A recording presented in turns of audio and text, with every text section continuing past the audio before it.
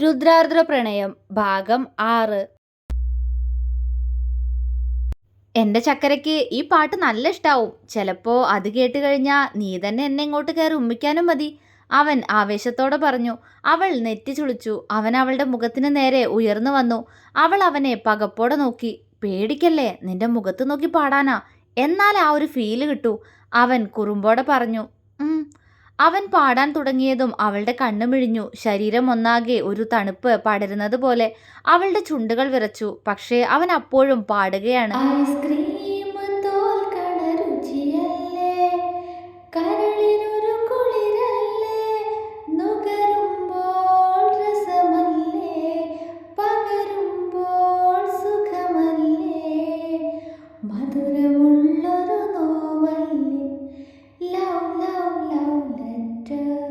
Show നല്ല വരിയൊക്കെ കഴിഞ്ഞു, മതി, അവൻ പാടി നിർത്തിക്കൊണ്ട് കുറുമ്പോടെ പറഞ്ഞു. അവള് പിടച്ചിലോടെ അവനെ ദേഹത്ത് നിന്ന് തള്ളി മാറ്റാൻ ശ്രമിച്ചു.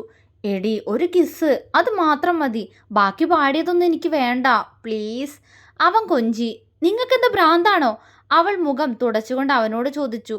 നിന്നെ ഞാനിവിടെ കണി കാണാൻ കിട്ടിയതല്ലോ, ഒരു കിസ്സല്ലേ ചോദിച്ചുള്ളൂ. അവന്റെ മുഖം വീർത്തു. അവൾ ദയനീയമായി അവനെ നോക്കി.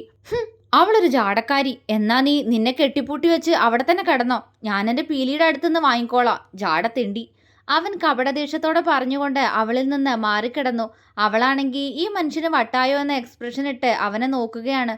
കിടന്നുറങ്ങടി കുരിപ്പേ, അടുത്തേക്ക് നീങ്ങിക്കിടന്നപ്പോൾ എന്തൊക്കെയോ പ്രതീക്ഷിച്ചു ഞാൻ. അവൻ അവളെ നോക്കി ചുണ്ടുകൊട്ടിക്കൊണ്ട് തിരിഞ്ഞു കിടന്നു. അത് കണ്ട് അവൾക്ക് ചിരിയാണ് വന്നത്. പക്ഷെ ഇപ്പോൾ ചിരിച്ചാൽ അവൻ വീണ്ടും ഓരോന്ന് പാടിവരുമെന്ന് അറിയാവുന്നത് കൊണ്ട് അവൾ വേഗം ഇപ്പുറത്തേക്ക് തിരിഞ്ഞു കിടന്നു. ആയുഷ് അവളെ തിരിഞ്ഞു നോക്കി. പതിയെ അവന്റെ ചുണ്ടിൽ കുറുമ്പോടെയുള്ളൊരു ചിരി വിരിഞ്ഞു.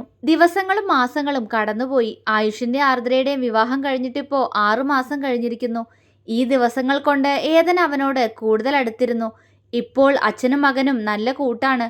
ഇടയ്ക്ക് മഹാദേവനും സാവിത്രിയും മനുവും കൈലാസത്തിലേക്ക് വരാറുണ്ട്. അവളോട് എല്ലാവരും സ്നേഹത്തോടെ സംസാരിക്കുമെങ്കിലും അവൾ ആരോടും അങ്ങനെ സംസാരിച്ചിരുന്നില്ല. മനുവിന് അവളുടെ മൗനം കാണുന്തോറും സങ്കടം തോന്നുമെങ്കിലും അത് മനസ്സിലായ പോലെ ആയുഷ് എപ്പോഴും അവനെ ചേർത്ത് പിടിക്കും. ഇടയ്ക്കെല്ലാം ആയുഷ് ഏതനെയും കൂട്ടി പുറത്തേക്ക് പോവാറുണ്ട്. അവനോട് കൊണ്ടുപോകണ്ട എന്ന് പറയാൻ അവൾക്കും ധൈര്യമുണ്ടായിരുന്നില്ല. ഈ ദിവസങ്ങളിലെല്ലാം അവൾ ആയുഷ് അറിയാതെ ബെന്നിയെ കോണ്ടാക്ട് ചെയ്യാൻ ശ്രമിച്ചിരുന്നെങ്കിലും ആ നമ്പർ നിലവിലില്ല എന്ന മറുപടിയാണ് അവൾക്ക് കിട്ടിക്കൊണ്ടിരുന്നത്. അവനെ എങ്ങനെ കണ്ടുപിടിക്കുമെന്ന് മാത്രം അവൾക്ക് അറിയുമായിരുന്നില്ല.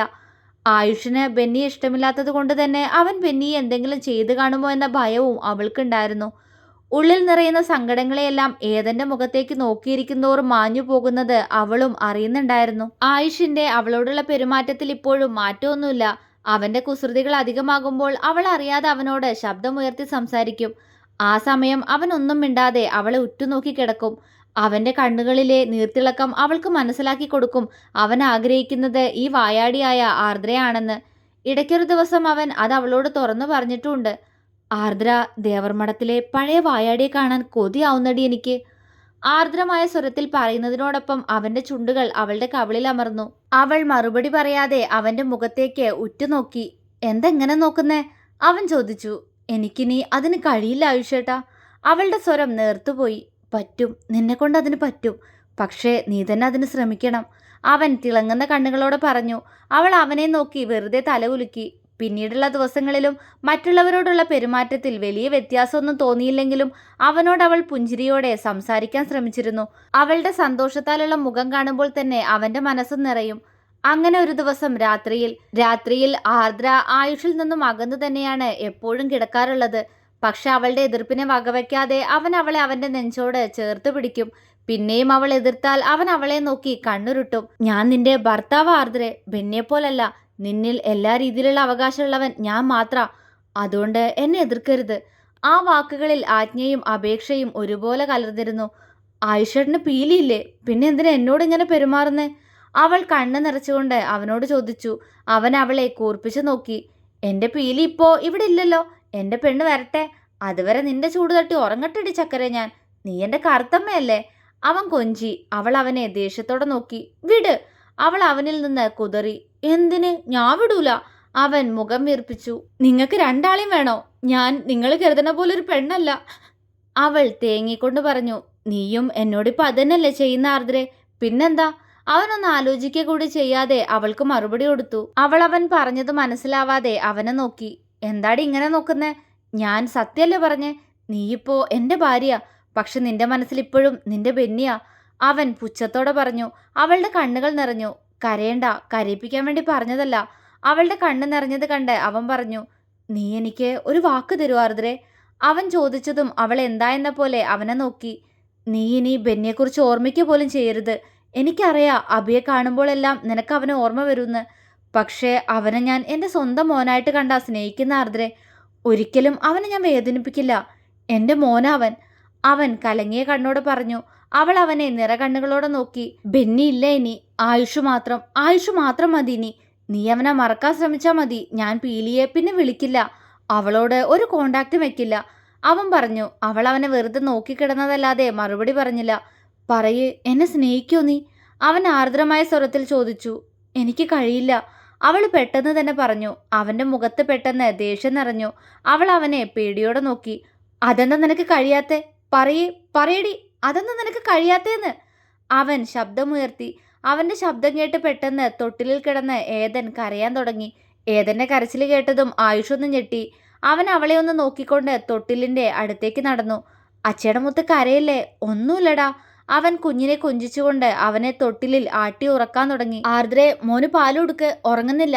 അല്പനേരം കഴിഞ്ഞിട്ടും അവൻ ഉറങ്ങാത്തത് കണ്ടതും അവൻ ഏദനെ തൊട്ടിലിൽ നിന്നും എടുത്തുകൊണ്ടുവന്ന് അവളുടെ മടിയിൽ വെച്ചു കൊടുത്തു. അവൾ അവനെ ഒന്ന് നോക്കിക്കൊണ്ട് അവനിൽ നിന്ന് തിരിഞ്ഞിരുന്ന് കുഞ്ഞിന് പാല് കൊടുക്കാൻ തുടങ്ങി. ആയുഷിന് ശരിക്കും ദേഷ്യം വരുന്നുണ്ടായിരുന്നു. അവൻ അവളെ അവന് നേരെ തിരിച്ചിരുത്തി. അവൾ പകപ്പോടെ അവൻ്റെ മുഖത്തേക്ക് നോക്കി. നീ കുറെ ആയല്ലോ എന്നിൽ നിന്ന് മറച്ചു പിടിച്ച് ഇങ്ങനെ കുഞ്ഞിന് പാല് കൊടുക്കുന്നു. അവൻ പല്ല് കടിച്ചു. അവൾ തല താഴ്ത്തി. മുഖത്തേക്ക് നോക്കാർദ്രേ, ഇനിയും ശബ്ദടിപ്പിച്ച് കുഞ്ഞിനെ കരയിപ്പിക്കാൻ എനിക്ക് ഉദ്ദേശമില്ല, അവൻ ഗൗരവത്തോടെ പറഞ്ഞു. അവൾ അവൻ്റെ മുഖത്തേക്ക് നോക്കി. ഒരു കുഞ്ഞിന് പാല് കൊടുക്കുന്ന കണ്ട് എനിക്ക് നിന്നോട് തെറ്റായ രീതിയിൽ ഒരു വികാരം തോന്നാൻ പോണില്ല ആർദ്രേ. എനിക്കെന്നല്ല, നല്ലൊരു പുരുഷനും അങ്ങനെ ഒരു വികാരവും ആ സമയം തോന്നില്ല. അവൻ്റെ ശബ്ദത്തിൽ പുച്ഛം കലർന്നു. ഞാൻ എനിക്ക് മടിയായതുകൊണ്ടാ, അല്ലാതെ ഞാൻ അങ്ങനെയൊന്നും. അവളുടെ ശബ്ദമിടറി. എന്തിനാ മടി? ഞാൻ നിന്റെ മാറ് കാണുന്നതുകൊണ്ടാണോ? പെട്ടെന്ന് ആ ശബ്ദത്തിൽ കുറുമ്പ് കലർന്നതുപോലെ തോന്നി ആർദ്രയ്ക്ക്. അവൾ മൂളി. നീ ഇങ്ങനെ മറച്ചു പിടിച്ചിരിക്കുന്നതെല്ലാം ഞാൻ കാണുന്ന നിമിഷം അപ്പൊ നീ എന്ത് ചെയ്യും ആർദ്രേ? അവൻ കള്ളച്ചിരിയോടെ പറഞ്ഞുകൊണ്ട് അവളുടെ നഗ്നമായ മാറിൽ ഒന്നു നുള്ളി.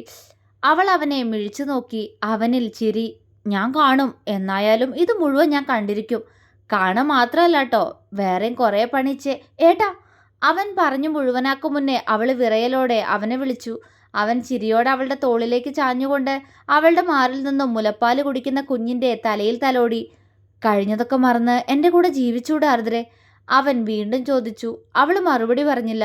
അവൻ അവളുടെ മുഖത്തേക്കൊന്ന് നോക്കിക്കൊണ്ട് അവൾക്കരികിൽ നിന്നും എഴുന്നേറ്റു. അവൾ സംശയത്തോടെ അവനെ നോക്കി. പോടി കറുത്തമ്മേ, നീ കുറച്ചു നാളായിട്ട് എന്നോട് സ്നേഹത്തോടെ സംസാരിക്കുന്ന കണ്ടപ്പോൾ ഞാൻ കരുതി നീ എൻ്റെ കൂടെ ജീവിക്കാൻ ഒരുങ്ങിയെന്ന്. എവിടെ? നിനക്കൊരു മാറ്റമില്ല. എനിക്കെൻ്റെ പീലിയ മതി, അവൻ നിഷ്കളങ്കമായി പറഞ്ഞു. എന്നാ അവളുടെ അടുത്തേക്ക് പൊക്കോ. അവളുടെ മുഖം വീർത്തു. അവനൊന്ന് ചിരിച്ചു. അതിന് നീ എന്തിനാ മുഖം വീർപ്പിക്കുന്നേ? നിന്റെ ബെന്നിനി നിന്നെ ഒരിക്കലും അന്വേഷിച്ച് വരാൻ പോണില്ല. അവൻ്റെ എൻഗേജ്മെൻറ്റ് കഴിഞ്ഞു. അതുകൊണ്ട് നിനക്കിനി ഞാനേ ഉള്ളൂ. എന്നിട്ടും നീ ഇപ്പോഴും അവനെ കാത്തിരിക്കുമല്ലേ? അവൻ പുച്ഛത്തോടെ പറഞ്ഞു.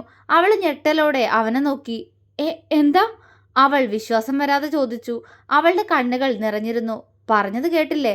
നിന്റെ ബെന്നിച്ചൻ ഇനി നിന്നെ തെരഞ്ഞു വരില്ല. ഒരു പണച്ചാക്കിനല്ലേ കെട്ടാൻ പോകുന്നേ? അത്രയും പറഞ്ഞുകൊണ്ട് അവൻ ഫോൺ എടുത്ത് ഡോറിനടുത്തേക്ക് നടന്നു. ആർദ്ര നിറഞ്ഞ കണ്ണുകൾ അമർത്തി തുടച്ചു. ആയുഷ് അവളെ ഒന്ന് തിരിഞ്ഞു നോക്കി. നിനക്ക് അവനെ മറക്കാൻ ഞാൻ ഇത്രയും മാസം സമയം തന്നു. പക്ഷെ നീ ഇപ്പോഴും അവനെ മാത്രം മനസ്സിൽ നിറച്ചിരിക്കുന്നേ. അപ്പൊ പിന്നെ ഞാനെന്തിനു നല്ലവനാവണം? ഞാൻ എൻ്റെ പീലിയുമായിട്ട് അല്പ പ്രണയസല്ലാപം നടത്തിയിട്ട് വരാം. അവനൊരു കണ്ണിറുക്കി ചിരിയോടെ പറഞ്ഞു. അവൾ അവനെ തുറച്ചു നോക്കി. അവൻ പെട്ടെന്ന് അവൾക്കടുത്തേക്ക് പാഞ്ഞു വന്ന് അവളുടെ മുന്നിൽ മുട്ടുകുത്തിയിരുന്നു. ഇങ്ങനെ ഈ കണ്ണു തുറപ്പിച്ച് നോക്കല്ലേ പെണ്ണെ. നീയൊരു എസ് പറഞ്ഞാൽ മതി. നമുക്കിപ്പോൾ എല്ലാം സെറ്റാക്കി ഫസ്റ്റ് നൈറ്റും കഴിഞ്ഞ് വിയർത്തൊട്ടി സുഖമായിട്ട് കെട്ടിപ്പിടിച്ച് കിടന്ന് ഉറങ്ങാടി. എന്തു പറയുന്നു? എടി കറുത്തമ്മേ, ഒരു യെസ് പ്ലീസ്.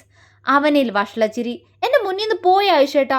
നിങ്ങളുടെ പീലിയോട് പറ നിങ്ങളുടെ ആഗ്രഹം സാധിച്ചു തരാൻ. അവൾ ചുണ്ടുകൊട്ടി. അവൻ ചിരിച്ചു. എന്താടി കറുത്തമ്മേ ഒരു മുഖം വീർപ്പിക്കലൊക്കെ? അസൂയാണോ? പീലിയുടെ പേരൊക്കെ കേൾക്കുമ്പോൾ മുഖം വീർക്കുന്നുണ്ടല്ലോ. പ്രണയിച്ചു തുടങ്ങിയോടി നീ എന്നെ? അവൻ അവളുടെ കവിളിൽ കുത്തി.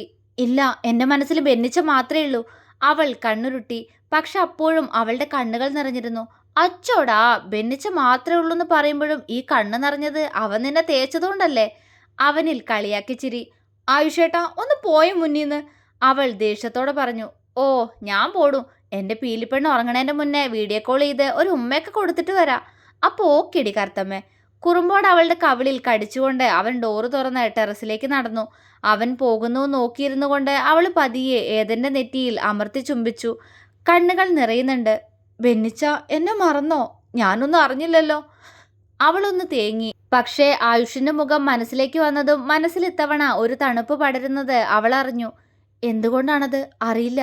പക്ഷേ ഞാൻ ബെന്നിച്ചന്റെ ജീവിതത്തിലേക്ക് പോയതിനു ശേഷം നഷ്ടങ്ങൾ മാത്രമേ ആ മനുഷ്യനുണ്ടായിട്ടുള്ളൂ.